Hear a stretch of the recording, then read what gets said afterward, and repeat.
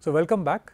We have looked at how to identify a lead compound, and now once we have a lead compound, we need to further modify it so that we can make the compound more drug-like. Okay. So, we will be looking later as to what are the ways in which the compound is taken forward once we identify a lead and how clinical trials are conducted and so on.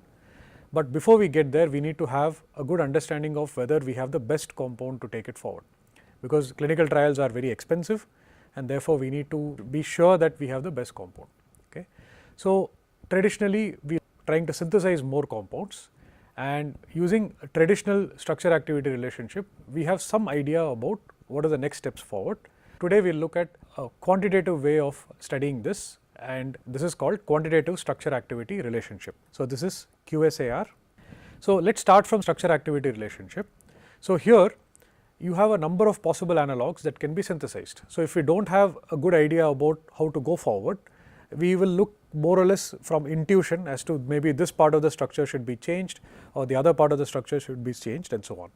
But if I add up these combinations, it will be nearly infinity, and clearly we do not have the resources to synthesize infinite number of compounds. So, what we need is we need a rational method and preferably a quantitative method for planning the next steps. And since synthesis is actually quite expensive to carry out, we would need to take help from quantitative methods. So, here is the approach that we use. We use a QSAR approach, where we aim to identify and quantify physicochemical properties. So, after all, a drug or a small molecule consists of various functional groups. It consists of various structures in the molecule which have some physicochemical properties. So, let us say there is an enzyme which we are targeting, and there is an inhibitor that we have synthesized, and now the inhibitor has to bind to the enzyme and inhibit it. Okay.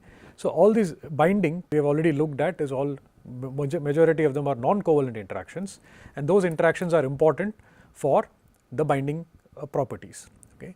Now, can we identify various physicochemical properties of this drug molecule or of this inhibitor and see which of these properties, if I change any of these properties, what effect it has on activity. So, that is the aim of doing typical structure activity relationship, but we will attempt to do it in a quantitative manner. Okay. So, once we have a quantitative manner, so let us say you have a straight line or a curve, I now know that if I make a particular change to a particular physicochemical property of the molecule, then it is going to have this particular effect. Okay. So, this will help with obtaining trends. And now, once I have this trend, then I can in some predictable manner say that here are the next 10 compounds that you need to make. Okay. So, that will help the synthetic chemist to synthesize new molecules. Now, when we are doing these structure activity relationships, this QSAR, we may also find that there are some certain molecules which do not appear in these trends, but they are still active. So, those molecules will also become important, because now there may be some other physicochemical property that may become important. So, therefore, together these are the reasons why people attempt to, or we look at quantitative structure activity relationship. So, what are the conditions? We can't do QSAR on all types of compounds, but we can do it on a small subset of compounds, and the condition is that it must be structurally related. Okay. So, if I have a bunch of inhibitors that I have studied and I have identified a lead compound, and that now I use SAR, that is structure activity relationship, to identify or modify that lead compound, and then I have, let us say 20, 30, 40 compounds in that series, and I study the inhibitory effect. Now, these compounds that I am studying are a variant of the parent compound. Okay. So, therefore, they are structurally related. Okay. And since they are structurally related, it is quite likely that they will act at the same target and perhaps have the same mechanism of action. So, QSAR can be reliably conducted on this series of compounds. Next, we should use the correct testing procedures that have been used. So, if I have a purified enzyme, we have already looked at it in the past as to how to identify enzyme inhibitors. So, we typically purify the enzyme and then screen for inhibition of the enzyme activity. So, these correct testing procedures must be used on the purified enzyme with this series of compounds. Okay. And keep in mind that it is preferable to get data which is comparable with the enzyme under the same conditions. Okay. So, we can then study how each compound binds to the active site. And now, QSAR cannot be very easily used to derive good conclusions from in vivo data. So, you may have a lot of in vivo data with a particular compound, because in vivo data is going to have more difficulties as because you have to think about pharmacokinetics, you have to think about biodistribution, and all these properties are not very easy to predict, and therefore QSAR will largely fail when it comes to trying to explain in vivo data. So, the conditions under which QSAR works is that we should have a series of compounds which are structurally related, which have been examined by appropriate testing procedures, and they should be on a purified enzyme and not in a in vivo model. Okay. So, one of the first things that people look at when it comes to understanding how a series of compounds works is hydrophobicity. Okay. As you know, since the cell membrane is rich in lipids, the drug must have some hydrophobic character for it to cross membranes and act at the target. Okay. At the same time, we need aqueous solubility for improved bioavailability. So, the hydrophobic character of a molecule can be determined by what is known as a partition coefficient. Okay. Partition coefficient is nothing but the level to which a particular drug molecule partitions in two different solvents. Okay. So, during synthesis, for example, aqueous soluble impurities can be washed off using a separatory funnel, which many of you may have used. Similarly, what we are going to do is we are going to determine what is the partition between octanol and aqueous solution. Okay. So, P is nothing but the concentration of the drug in octanol divided by the concentration of the drug in aqueous solution. Okay. So, in a separate module, we will be looking at how to determine partition coefficient, and therefore, I will spare the experimental details over here. Now, if I have a mixture of octanol and water or buffer, hydrophobic compounds will preferentially partition into the organic layer, okay, whereas the hydrophilic compounds or the aqueous soluble compounds will preferentially partition into the aqueous layer. So, therefore, hydrophobic compounds will have higher concentration of the drug in octanol, and therefore, the P value becomes high, whereas in the case of a hydrophilic molecule, it will have low P value as a converse. Now, once I have a lead compound, I can vary the substituents and then study the effect of the change on the partition coefficient P. This effect is what we would want to study and understand whether it has any effect on the activity of the molecule. So, keep in mind, we are designing, let us say, an inhibitor for an enzyme, and so we want to study how hydrophobicity affects the activity. Okay.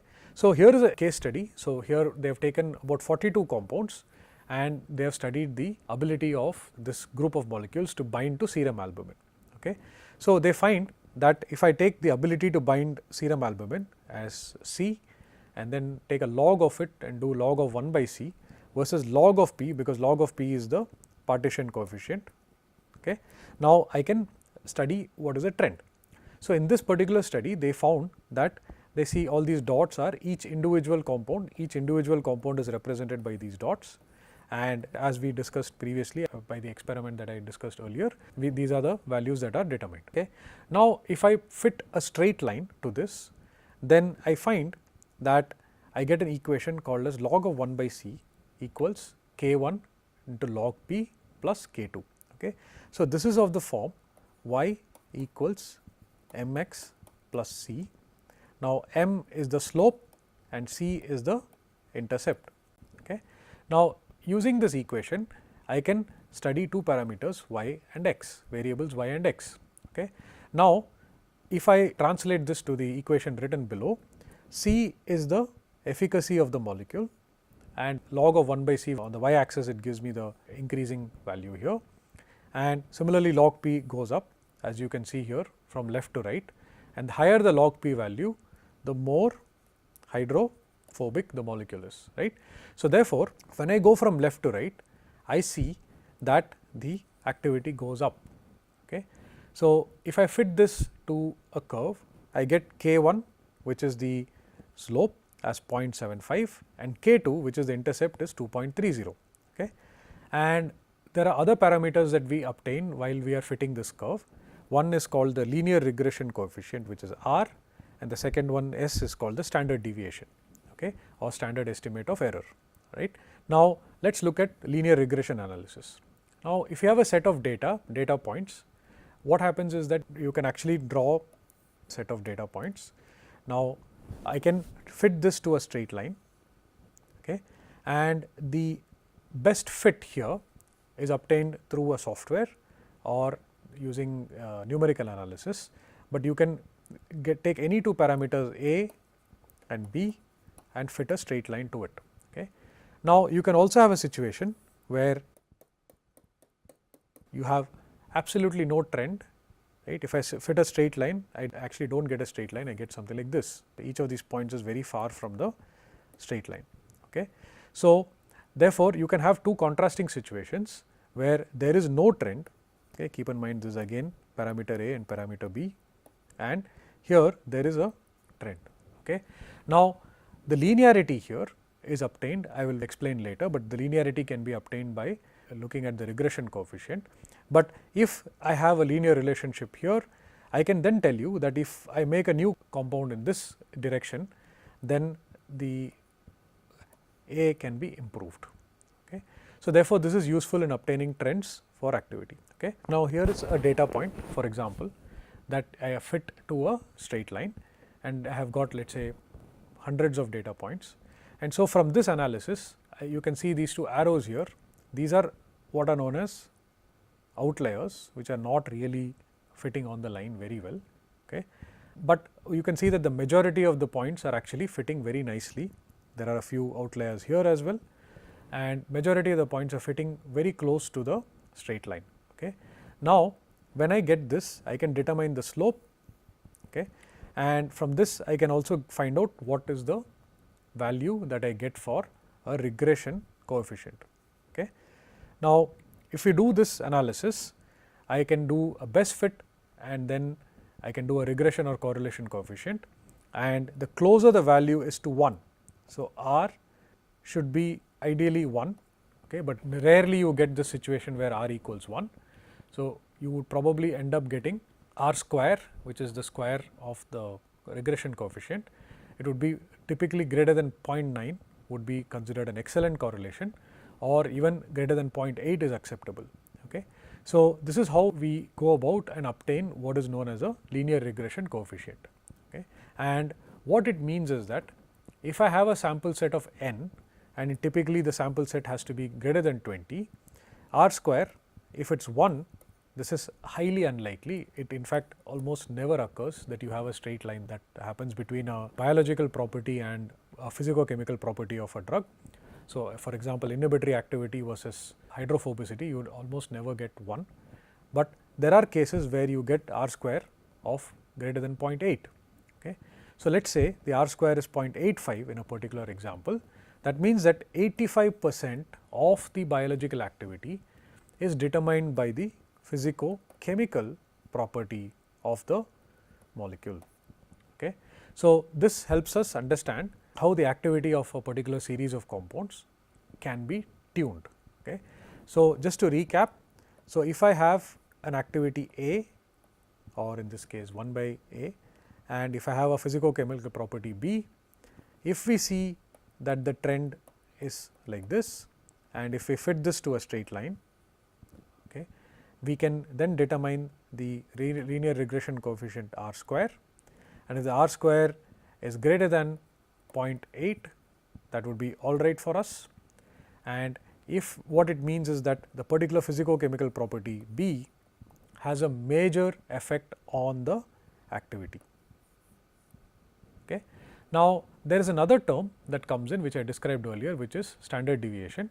So, standard deviation is a concept that we have studied many years back, even in 11th, 12th grade it is being taught, but I will very briefly explain to you what standard deviation is without going into too much detail. I would recommend this as a self study, but standard deviation is basically a measure that is used to quantify the amount of variation. Okay. So, when you have data points which are, let us say, something like this, and you try to fit a straight line to it, for example, right, as you can see there is a small variation here, whereas there is a huge variation in this case. Okay. So, therefore, even looking at it, I can tell you that the fit is not very good. Okay.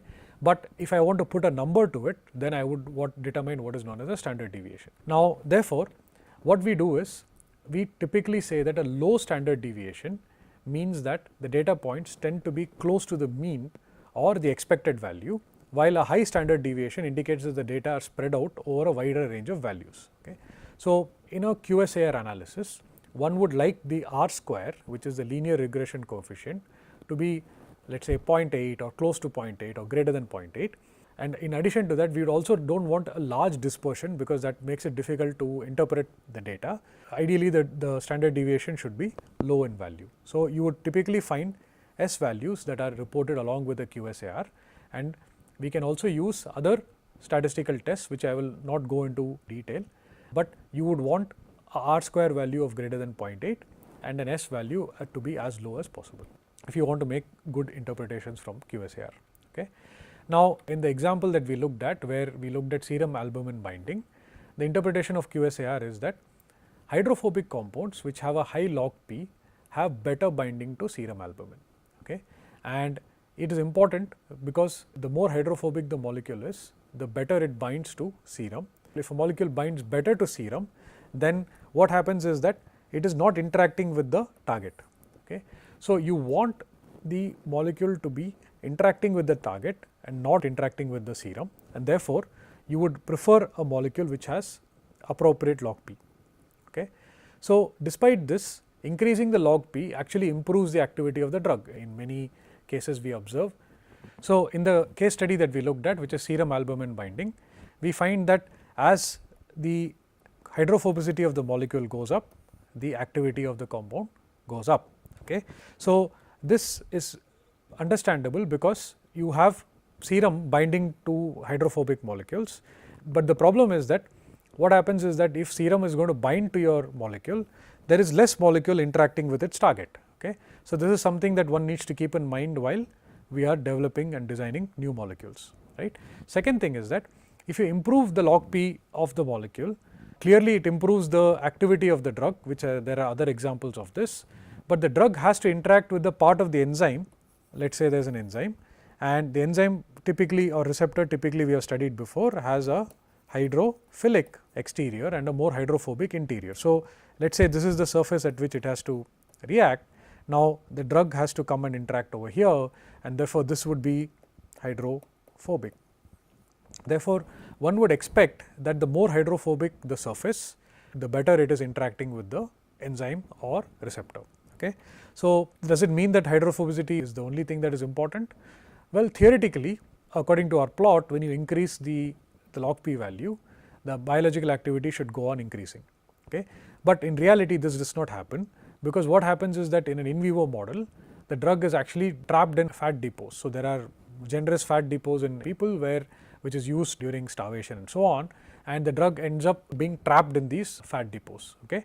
Second thing is that depending on the route of administration, so let us say you want to give an injection to a person, the injections are typically given in aqueous media, and if the molecule is extremely hydrophobic, it is almost impossible to get it into aqueous media, and therefore, increasing log P values beyond a particular point is not desirable. Okay. Now, the other part is that hydrophobic molecules are also more susceptible to metabolism. We have looked at previously ADME, which tells us how to understand metabolism, but the more hydrophobic the molecule, the more susceptible it is to metabolism. So, in reality, what we look at is we actually look at a bell shaped curve, right. So, if you look at log P versus log of 1 by C, so there is a particular point for molecules where the activity is the maximum, and these bell shaped curves are what normally people see, and so you want to look for this range of log P values where you have good range of log P, so that you can also develop the molecule further for in vivo studies. Okay.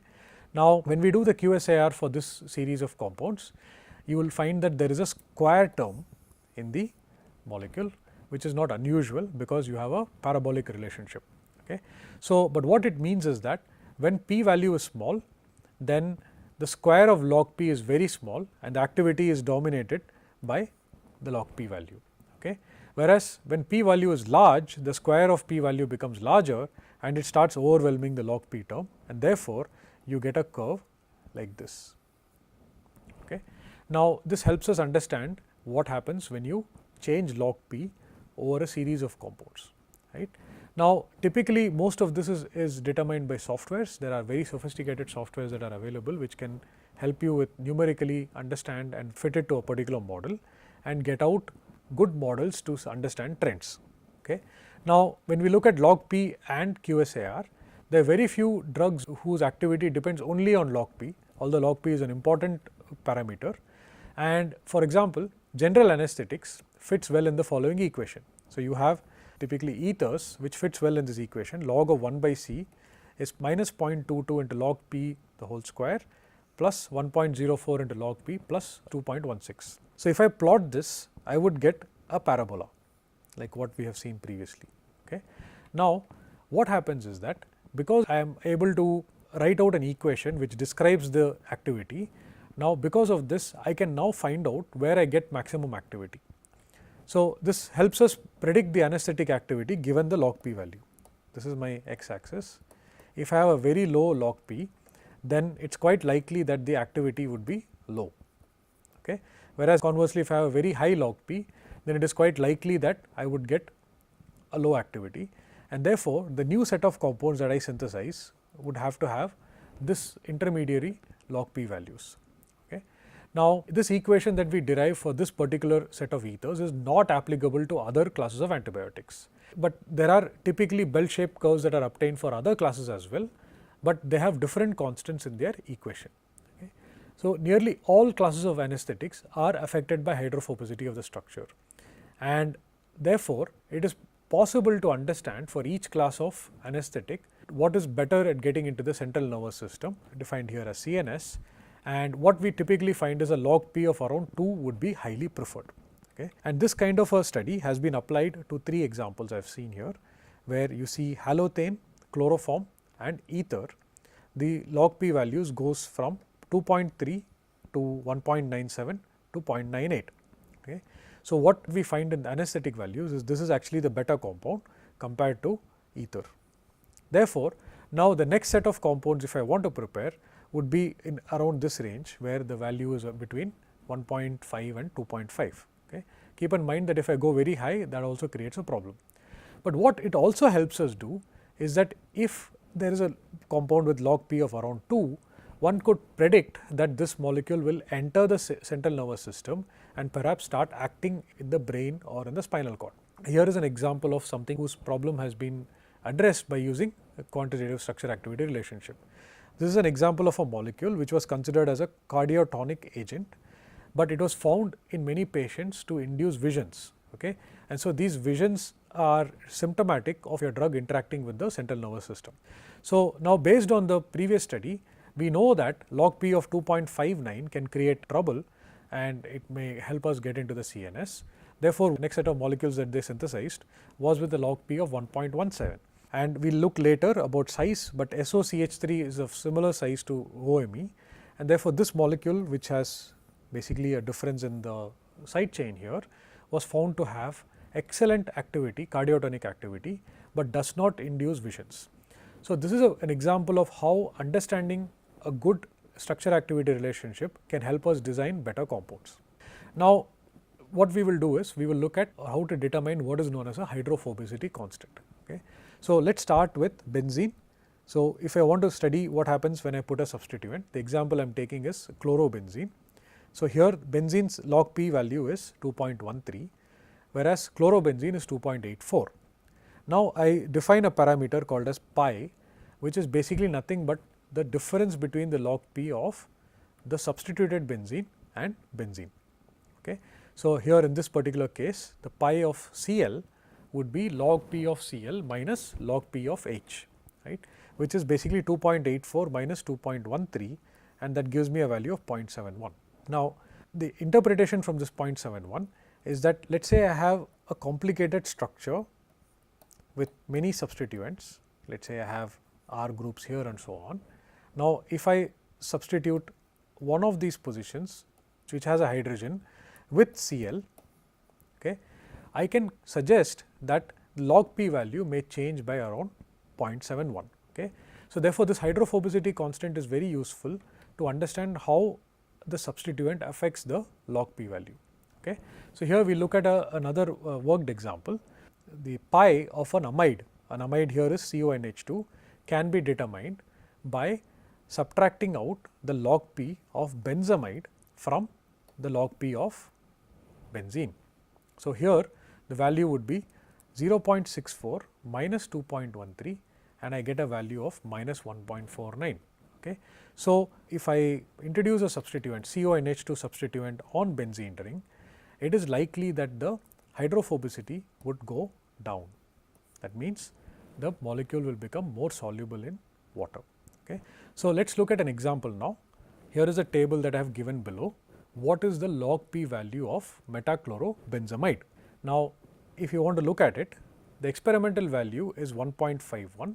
Now, let us look at what happens when we take the values from what we have determined. Okay. So, log P of benzene. So, benzamide consists of benzene, a chloro group and an amide group. So, what I would do is I start with pi of Cl, pi of CONH2 and then add it to the log P of benzene. So, this is nothing but 2.13 plus 0.71 minus 1.49 and the value comes to 1.35. Okay. So, if I compare these two values, these are close to one another and therefore, I have some predictive value by using pi. Now, a similar table can be constructed for aliphatic compounds, and if I change the substituent on the aliphatic compound, let us say I put a Cl on let us say a long chain alkane, if I put a Cl, then it is going to increase the hydrophobicity by a value of 0.39. Conversely, if I put in an hydroxyl group, it is going to decrease the log P value by 1.16, right. So, therefore, by using these two parameters, one can understand what is the influence or one can predict the influence of these functional groups on the hydrophobicity of the molecule. Now, we have looked at log P values, we have also looked at pi. They are related obviously, but they are very interesting in their use, right. If only substituents are being varied in a QSAR study, pi can be used instead of P, there is no problem. So, let us say I take benzene, I vary from chlorobenzene to bromobenzene to fluorobenzene to benzamide to benzoic acid and so on, then I can use pi instead of P. Okay. P is actually a measure of the overall hydrophobicity of the molecule. Okay. So, we already looked at how to determine log P or P. It is a partition coefficient and therefore, it is a measure of the entire hydrophobicity of the molecule. Whereas, pi gives us locally what is the hydrophobicity. So, if we are looking at a particular site over here, let us say this x over here. Now, what happens if I change x from hydrogen to chlorine to let us say CONH2 and so on?